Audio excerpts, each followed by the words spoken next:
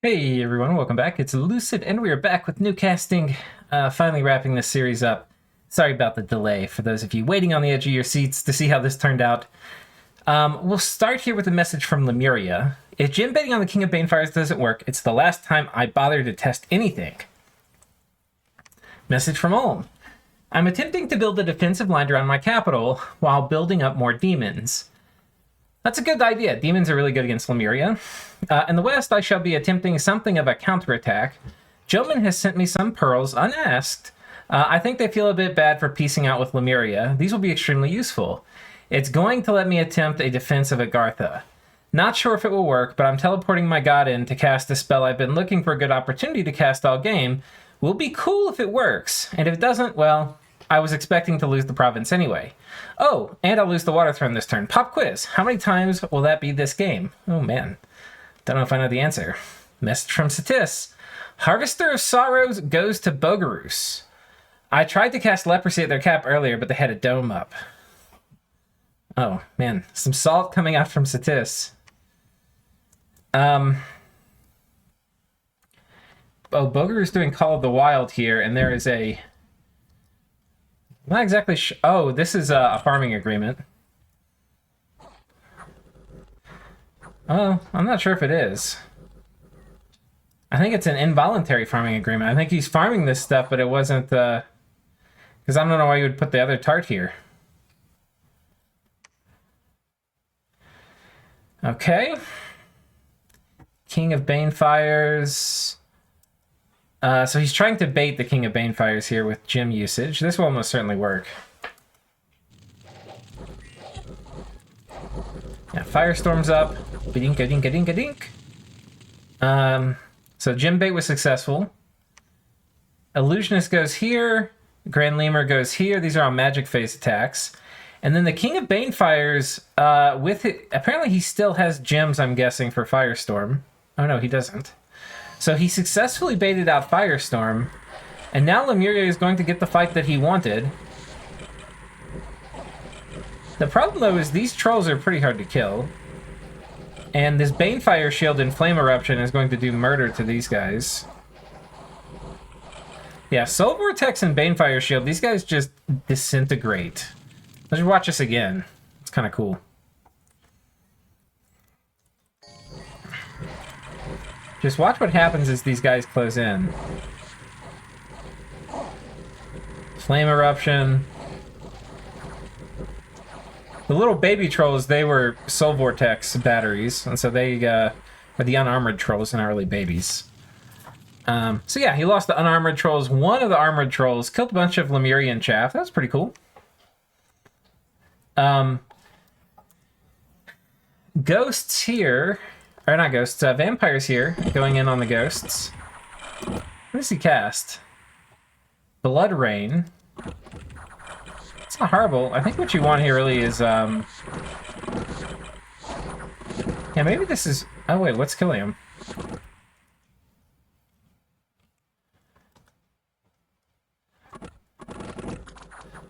Something's killing these guys.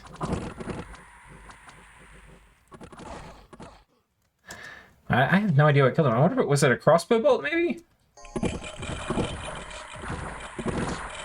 Yeah, it's crossbow bolts. It's kind of impressive. It's kind of hard to kill these guys. Yeah, you got hit for 12. Oh, they didn't do pierce resistance. It's not a horrible idea because you already have slash and blunt to do pierce resistance, like skeletal body with these guys. They would have won if they did that, or probably, you know, because if they did it, it would have been a turn less of undead summoning or what have you. This should be something that should be trivial for 4 Vampire Lords to take. There's probably a bunch of different options in terms of what you could do specifically. I think I prefer, I haven't tested it or anything, but I'm guessing the Thug route probably works well enough, which is just where you do Soul Vortex and Skeletal Body. You're going to have effectively 0 protection, so you'll take a lot of damage, but I think if you have them stacked together, I think it probably is okay. And you probably do skeleton. You have them on cast spells probably as well. So they probably make like a little wall of undead in front of them. They cast Wither Bones, things getting close. I don't know. I'd have to test it. I'm not super familiar. I've fought Lemuria with vampires before, and it was a long time ago, several years, so I don't really remember. Ulm killing another batch of ghosts.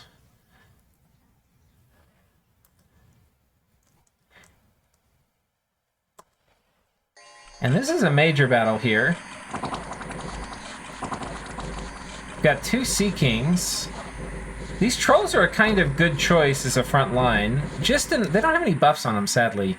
They kind of need like a little bit, but they're because ghosts are not very killy units. And these guys have enough protection. Like, I think they need anti-magic and maybe a little something else. I like the idea of just having a solid tanky line like this and then these guys doing different spells. But this time in the game, you really want to be having wipes against Lemuria. Like, you really should be having... I mean, you do what you can, right? But, you know, I kind of feel like you want to have Firestorm or something every... Oh, he soul slayed him. That's what I was checking. Yeah, so that's painful. He lost a Sea King and permanently lost a Wraith Lord. So these are major gems. It's like almost 100 gems down. And then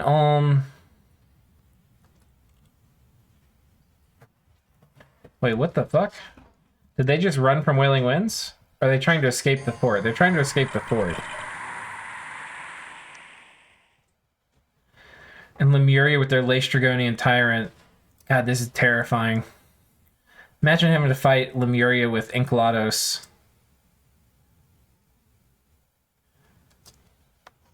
It's so badass.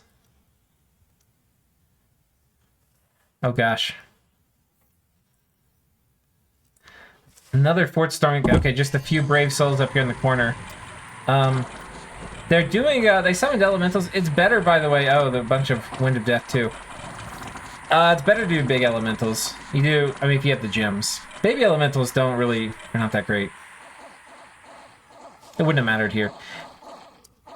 Fire elementals are really good at killing ghosts, but they're also very good at getting killed by ghosts. So, you're a little damned if you do, damned if you don't.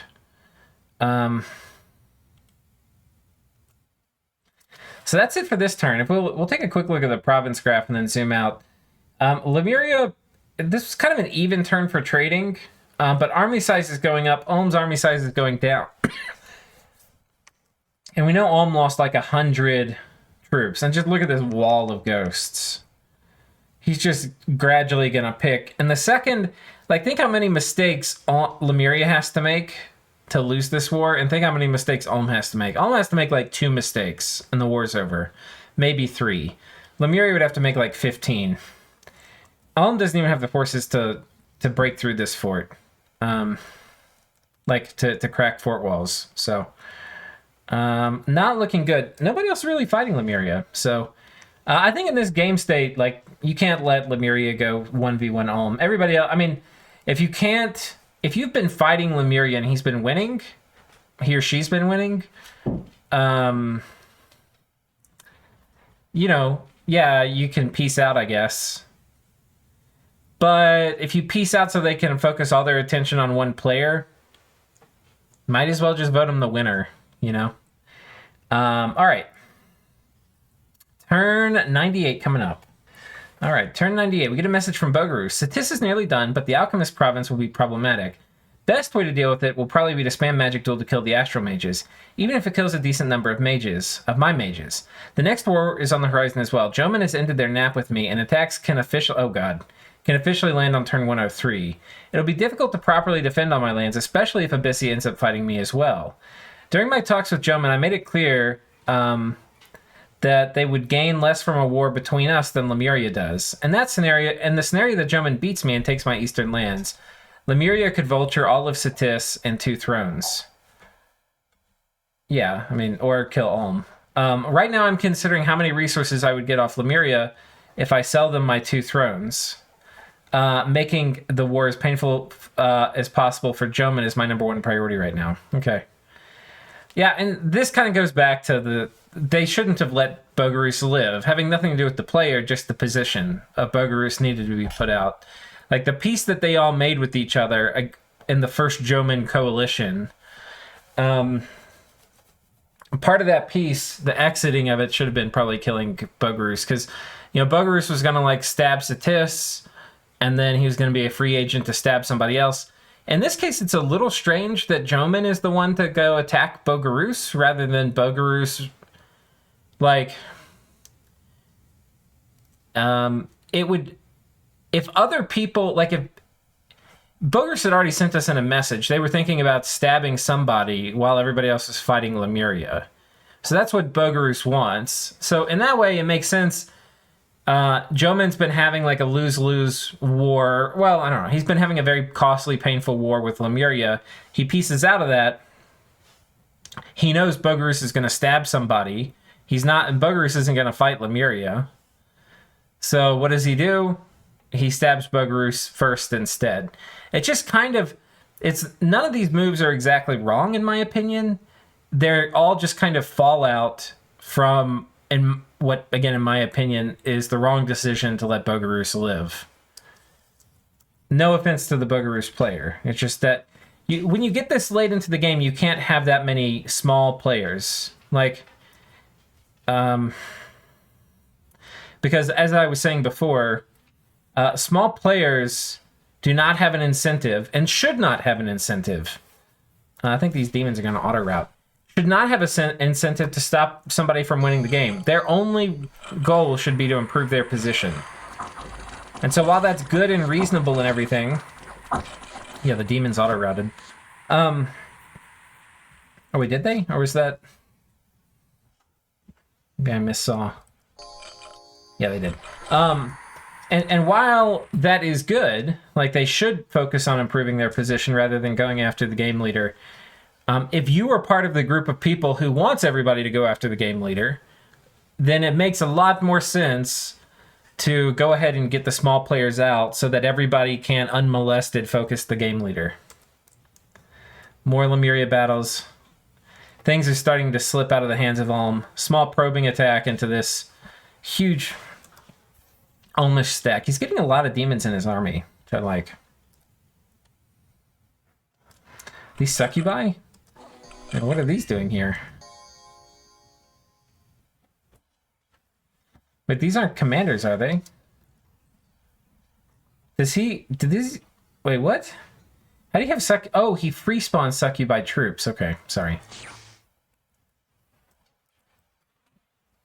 Oh, goodness. Ulm attacking Lemuria with tarts, or a tart, and 2 liches. He paralyzes this guy first. Guy has really bad MR, then soul slays him. And now it's basically 2 liches versus 4 Grand Lemurs, and I don't have to tell you how this is going to go. One of the Grand Lemurs is paralyzed as well. Where are the paralyzes coming from?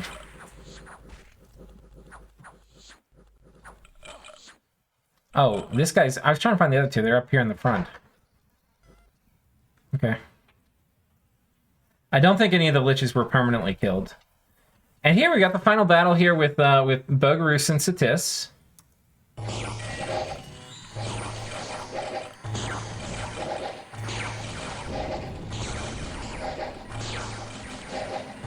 These are Satis's national holy threes they get. Wait, did they steal those horsemen? No. They stole a high priest of Satis. Oh, wait, is this the final battle of Satis? No, there's one, the Alchemist Guild over here, or the Magus Temple. Okay, so there's one more place to go. But Bogarus is going to be Jomon's going to be attacking them shortly. I don't really see too much stuff on the border. Jomon really has been bled dry by this coalition and then this war against Lemuria. We're going to keep moving. Let's go ahead and look at the next turn, 99. All right, I've got turn 99 here. Message from Lemuria. Bogarus wants to sell me some thrones to spook Jomon after their nap cancellation, which I'd be hard-pressed to say no to. I'd rather not have it too king-makey, but I guess it makes sense as a bit of brinksmanship from them. to play the last cards they hold and divert Joman's attention. If I get 2 thrones from Bogarus, it only leaves me with 1 extra to get somewhere. Candidates are any of the Abyssian ones, looking very juicy, Joman's on 186, coming with an extra benefit of preventing a Joman win, but the necessity to go through heavy purgatory. The last one from Ulm, where most of my army is, also borders Joman, so that could impede their own throne ambitions. This feels a bit anticlimactic. The game would have been over for a while if any of us were competent at exploiting an advantage. That's funny. Pieced out with Ulm at more or less current borders. Wasn't sure about it, but ended up reaching out. The only thing I want from them at this stage is their last throne, but that's pretty deep and doesn't seem to be worth the investment compared to the alternatives. Having them be a free agent is hopefully better for me. Maybe they can defend that throne effectively against Joman. So no actual battles. Message from Ulm. I'm having peace with Lemuria, so not about to die. They tell me they expect Joman to begin another war with Bogarus. I've lost count of how many that will be now. Yeah, Bogarus and Joman have been going at it several times. They also expect Joman to try and take my throne. Message from Bogarus. Right now I'm still preparing for my war with Joman. I've sold 72 to Abyssia so that I can prepare for my next war. Taking the last fort might have taken too long, since I need my troops in the east. Looks like Satis won't be finished by me after all. The Throne of the Moon was sold to Lemuria as well. This serves 3 purposes. Through the sale, I'm gathering more resources, Joman has less specific options where to go, and I'm improving the position of Lemuria compared to Joman. I don't really like the idea of selling thrones, especially to give it to a game leader to like change the game state. I don't really like doing that. But again, these are things that are all fallout of letting a small player into the game, where it's really hard. Like, the small player, in some ways it makes sense, it's logical. The only way for him to have a shot at the game is if Lemuria and Joman are fighting each other, and he stabs somebody who is not Joman. So he needs Joman to fight Lemuria while he takes land off Joman or something. Like, or other non-dead nations. Doesn't have to be Joman. Right, so it's a hard path to win for Bogarus. So this option makes sense for him. It's kind of a shitty thing to happen. I don't like giving thrones to game winners. I don't think that's game leaders. It's not cool. But it makes sense.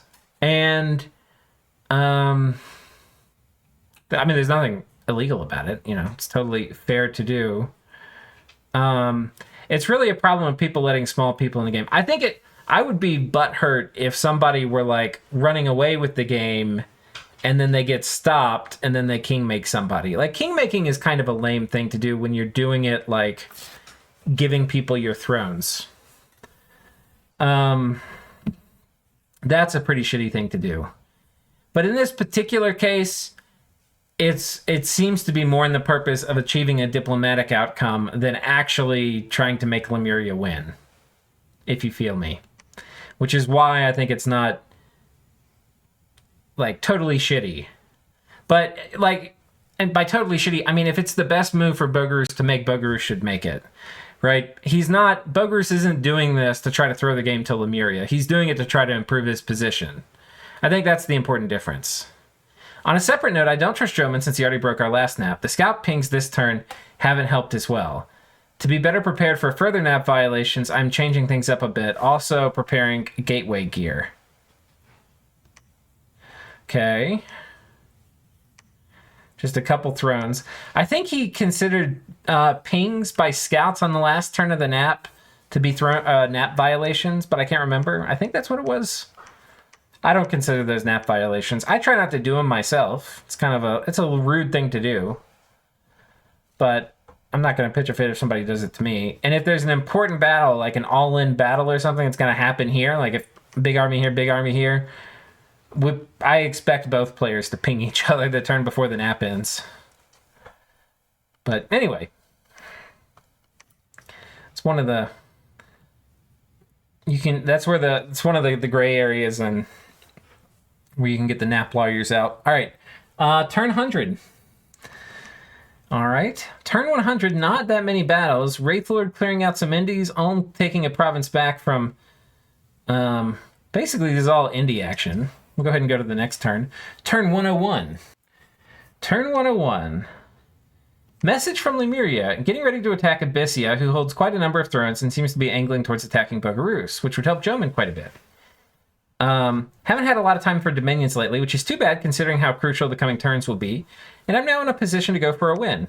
Yep.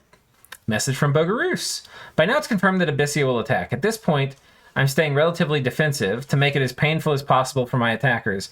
I'm also bringing in Lemuria at this point, since I've told my attackers they would gain less than the people who aren't at war with me. Oh, so he's having Lemuria vulture him. If Lemuria takes both my thrones and secures a win before I die, then I'm happy with the outcome. See, that we're starting to like teeter past the line. This is teetering past the line of like... This is teetering past the line of whether you're like throwing to the game leader for a diplomatic outcome, which he kind of is, but he's kind of just trying to throw it for Lemuria to win too. And the funny thing about this all is, in some ways, he is the fly in the ointment of the anti-Lemuria coalition. Right? He was the person that was going to stab people in the back potentially. I don't know whether the other players actually knew it. I can't quite remember if maybe he did something or said something to let that on. But he's not saying, hey, you guys should go fight Lemuria so that I can join you. He's saying y'all need to fight Lemuria so I can stab or eat non-Lemuria players. It's kind of the difference. Anyway, this is just kind of weird. It's kind of weird. Dire Portent goes up. I think we have Galegate get cast. Galegate gets cast by Lemuria. A bunch of horror attacks against Abyssia and Lemuria. Oh my gosh. There's a ton of horror attack. Oh, 5. Not that many. Yeah, lesser horror attacks don't do... Oh my god, it gem baited though. But did that... That was a proper gem bait. Yeah. Holy shit. These guys didn't have fire in a jar or anything. So that was actually reasonably economical. I probably spent... How many gems do these guys have? Just one? Oh, no, that's fire in a jar. Some of these guys had fire in a jar, some didn't. Okay, it's not that many. It's probably like 9 fire gems. 7, maybe.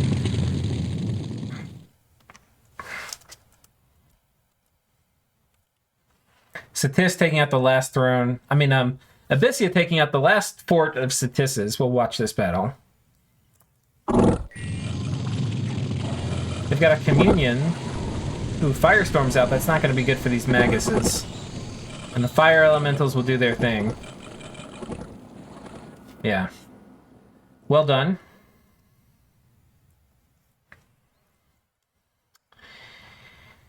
Okay, well, we haven't looked at the map in a minute. Let's take a look. So we have, just to show you guys what's happening, Abyssia's attacking Bogarus. Joman's going to be attacking Bogarus. And again, these were the things that made sense to happen before the Lemuria coalition, I think. And they needed to do it quickly. And now they've let Bogarus conquer Satis, which they should have had, like everybody else, because Bogarus was like in the last position. Anyway.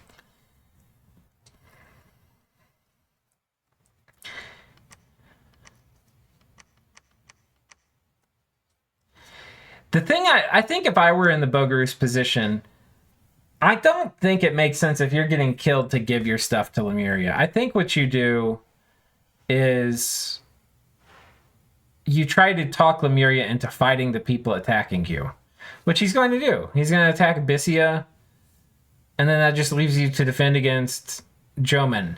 See, that would give me a lot more... I would get a lot more satisfaction out of defending against Joman, while Lemuria eats Abyssia, and then everybody loses because they were attacking me instead.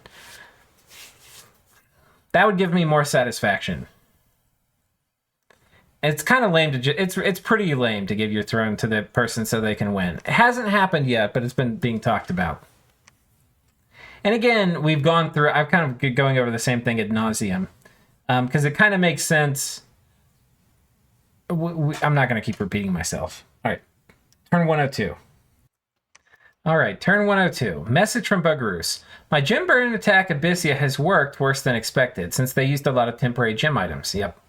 So far, I haven't seen any protection buffs or Will of Fates, which would be necessary to really threaten my forces. This is only a chaff army.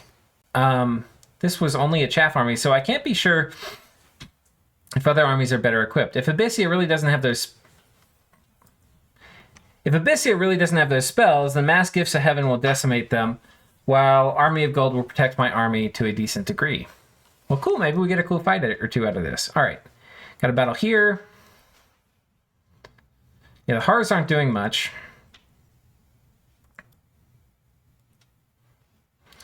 It's pretty hard to kill a proper army with lesser Horrors.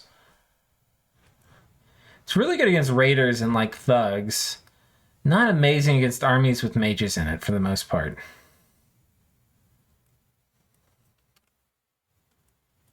Yeah, not a lot to see here. Let's go ahead and go to the next turn, turn 103. All right, turn 103. Message from Lemuria. Abyssia reached out to offer me free territory, including a throne, in the hope that I can act as a buffer between them and Jomin. They seem pissed off from getting guarantees from Jomin to attack Bugaroos, followed by an immediate nap cancellation when they committed. I'll table that to the perils of needlessly Machiavellian Diplo. Between the one Bugaroos offered and this one, that would put us at 5. The moment I siege them, the thrones clause of my nap will cancel my nap with Jomin and reduce it to a nap 1. I have to think about the time. I like that clause. I like the idea that it's not like instantly canceled. It reduces it to a nap 1, which means you just end it. And then you can attack them. Not this turn, but the next. That seems to make sense. I have to think about canceling. I have to think very carefully about the timing and the exact order of operations. There might be a way to pull off a win without them being able to react meaningfully. Still, there's no overwhelming number of ways to go for a throne rush now. All of Abyssia's thrones are in range, and if possible, I'd like to get one from Jomin if I can through Purgatory. That would be cool. Message from Bugaroos. This turn, the war with Jomin and myself will start. My eastern throne is domed to a certain extent, so I'm hoping that it will block most of the remote attacks. I don't have the tools to put up a really strong defense at the moment, so I'll be trying to buy time. This turn I was going to raid some provinces with Horrors while staying defensive. Abyssia told me they would withdraw their armies from my lands to fight Jomin, since apparently they ended their nap. At this point, I'm not sure if that's true, since I warned Abyssia of such a scenario before. Time to do my best and make sure that Jomin doesn't end up as the winner. Okay. Bunch of little horror attacks. That's kind of interesting. These guys killed the Ryujin killed the horrors. Oh, there's a lot of Ryujin. Okay, well, that's not hard to understand. Yeah. Horrors in general are very vulnerable to elemental stuff, so like here they all cast Frozen Heart. I thought that was one. That's a lot of horrors. Okay, we're not granted any cool battles yet. And with that, we will keep going. We're going to go to turn 104, I think. All right, and turn 104, a message from Abyssia. Jomin told me they were planning to attack Bugaroos. Not sure if this happened, but Jomin has now ended their nap with me. Strategically reasonable, but fairly annoying. I've turned my armies around and invited Lemuria to take over my border with Jomin, including the throne. Are these like out of sequence? No? Okay, I feel like we're hearing about these in reverse order. And we get a lot of battles here. A lot of the magic phase stuff. See if we find anything interesting. Because we're going to look at most of this from the score graphs. We only have one turn left. I mean, we can look at some. We'll look at some of these Ryujin raids. I don't know whether he's doing thugs. Looks like water elementals. Yep.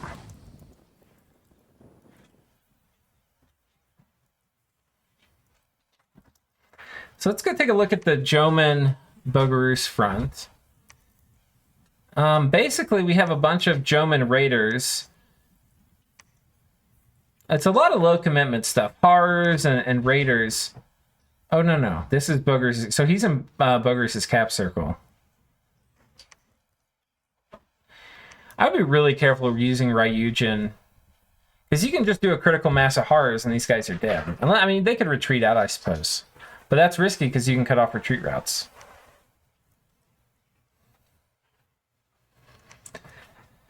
Strangely, the big Bogarus army is down here, not...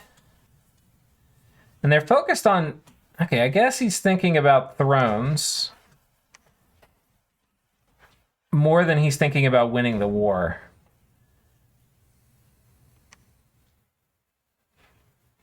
I don't know. I'm always trying to think about winning the war. But I don't think he's going to win against Jomon, so... If his objective is to keep Jomon from winning, I can understand these movements.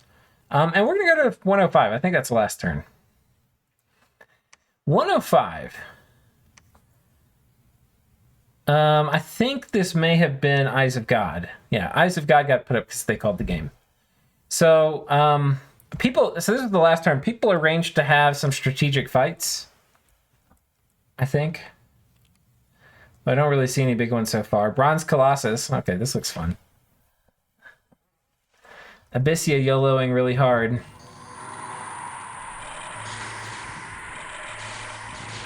Wait, how is this guy getting trampled?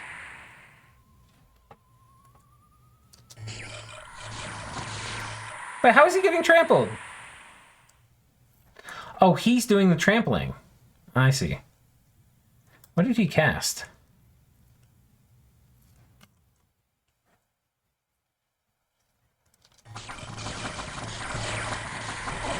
Oh, he's just shockwave thugging this. He doesn't have a source of regen, though.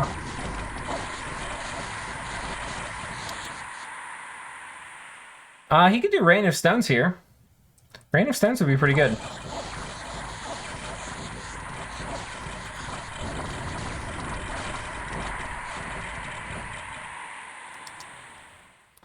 Oh, how did he die?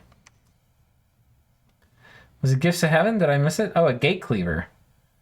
All right, so there's a lemur up here with, I think it was this guy. Yeah, he's got a big old Gate Cleaver. So, rest in peace, Bronze Colossus. And without a way to heal, he would just walk around and randomly get hit by Gate Cleavers and other such things until he died. I think that's it. So, yeah.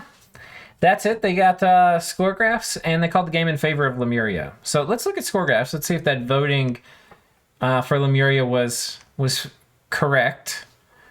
They're pretty clearly in number one. Jomon was conquering Bogarus.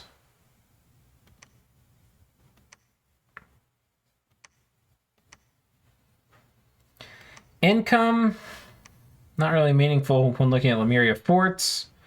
It's kind of normal for pop kill. I mean, it is a bit extreme.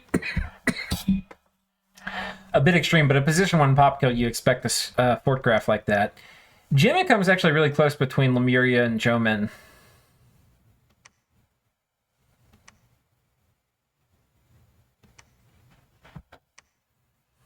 I think this is a game where at the very end, if we put in like really good players for everybody in that wasn't Lemuria, they could probably kill him. But it's a new player game, right? And that's not what a new player game is. You know, it's people who are learning how to play the game. So, yeah. I mean, I think the things that would be needed to take down Lemuria, I'm probably going to do a video. I've made like a prototype of it. I've shown to my Patreon people in Discord. But I'm going to make a video on how to kill all the pop kill nations. It's kind of like a checklist. And if you're a new player, you don't really know what that checklist is. So, but in the late game, there's some, like, assassinations are really nice. Like, Infernal Disease is really good for picking off all the little cheap H1 Lemuria dudes, which are really important for their raiding game. Flames from the Sky is kind of nice for the really big stacks, but mostly you just are going to be hitting them with a ton of battlefield wipes.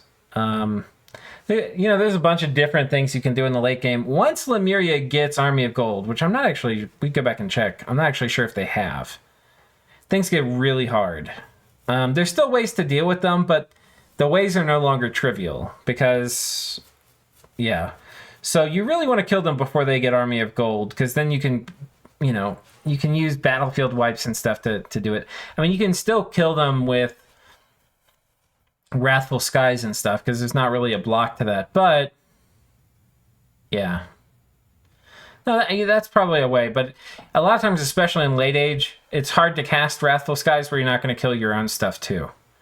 So, yeah, I mean, I think the Lemuria position was like, this is one of the worst starts I've seen with Lemuria. Just very, very slow start. And then the sub came in and just bada bing, bada boom, turned it around. Sadly, the nation which was best positioned to kill Lemuria was Calum, and they got 3v1'd early. So we can call that a diplomacy failure. Yeah, and then Joman was rightfully really big, and people should have been worried about him. I think the first coalition war made sense, but the distribution of land, like when we look at Joman here, Joman, the first coalition war, all this going down corresponded to Lemuria going up. Look down at these graphs during the first coalition war against Joman. Who profited from that? Basically nobody except Lemuria. So that's kind of the thing, is like, okay, probably, like, look at the right here. Right, this is before the coalition war started. Did they need to go after Joman? Probably. Did it make sense to team up with Lemuria? Probably.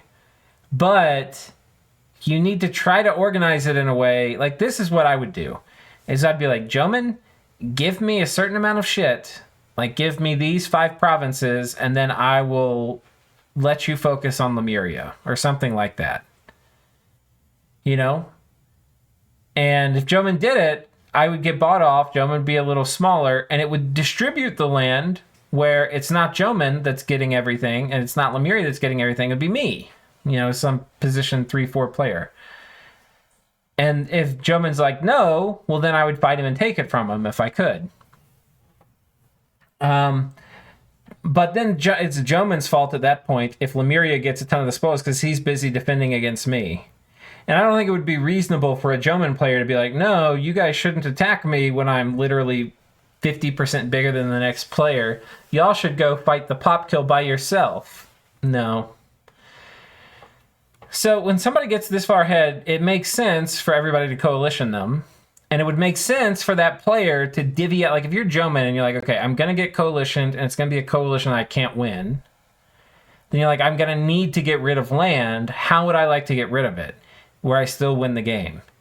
If you want to get rid of land and still win the game, you probably don't want to give it to Lemuria. So it's actually in their interest to say, hey, I will buy peace with you if you...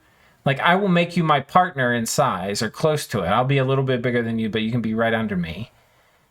I will give that to you if we can have an agreement where we're going to go exterminate Lemuria next, or something like that. Let's come up with an agreement that's a foundation for killing Lemuria, because as you get into the into the mid-game and the late mid-game, you do need to kill Lemuria.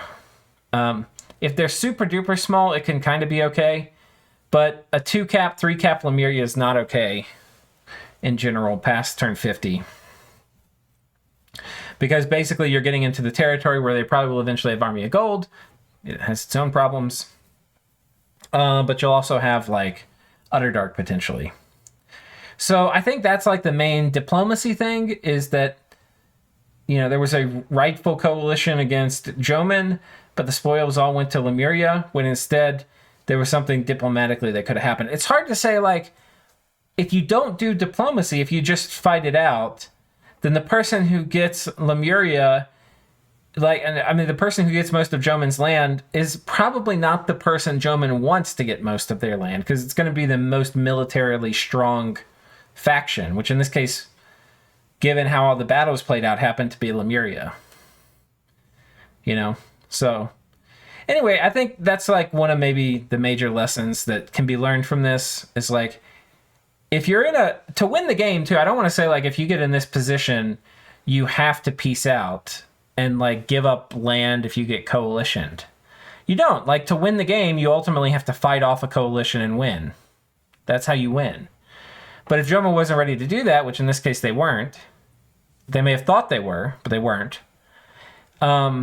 If you're not ready to fight off a coalition and you're way bigger than everybody, when they all team up on you to put you down, the best thing you can do in Joman's position is try to keep as good of a position as you can, give the land away to everybody who's coalitioning you, and use that giving away to buy terms that you want, right? So maybe 4 people want your land, but you're only going to give away land to like 2 people out of the 4. And so they'll be competing essentially with each other to see who can get your land to negotiate, who can negotiate for your land. And so hopefully you can find 2 players who have the least, who will give you the most in exchange for the least, right? So I will give you 4 provinces in exchange for a nap 5, so long as we are not getting too close to the thrones, and we're going to commit to attacking Lemuria, right? Joman goes down here, Abyssia goes up here. And while on one hand you want to be careful about like giving the land to a weaker, like you don't want to give it to the strongest player if you're Joman, but you want to be careful about giving it to a weak player because ideally, like in this case, you need to kill Lemuria. So you want to give it to nations and players who you think are capable of killing this pop kill nation, Lemuria. Right, so, anyway, Joman down here, Abyssia up here. Then Joman probably still too big. Maybe they make a deal with Falegra, right? And they're like, Falegra, are you game to kill Lemuria? Falegra's like, yes, I'm the leader of the anti-Lemuria coalition. You're like, great, okay, I'll go down here, and Falegra will come up here. And so you have a game state where Joman's right here, and these other nations are right beneath him, and they're all going to go after Lemuria, right?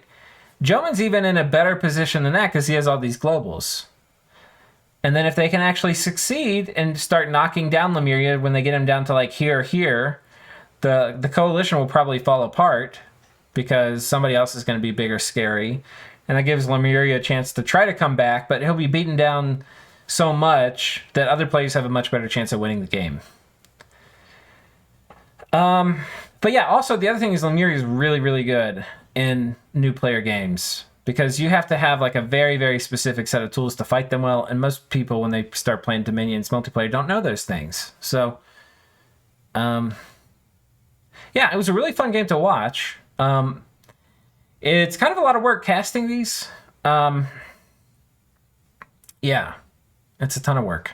So let me know what you think about it. Let me know if you liked it. Maybe the pacing's a little off. I sped up a ton at the end to try to get through everything. But if you have ideas or something like that for NewCasting or for the other games that we're casting here, let me know. Anyway, hope you all enjoyed. Hope you learned something. And maybe, hope you were even entertained some as well. So the next thing we have coming up on the channel is going to be a Cold Raga playthrough. Not with me, but with Demosthenes. At the beginning, I'm kind of coaching him on different things, like giving ideas. But it's his build and his core idea. But I'm like giving some kind of tactical advice. But about halfway in, basically, I'm just casting the game, and he's showing me what he's doing every turn. But it's kind of cool. It's it's going to be a very fast-paced format, and what I mean by that is like we go through turns really fast, and if nothing's happening, we're moving. So, and I don't think we cover every turn either. So anyway, hope you guys have enjoyed, and we will see you next time. Take care.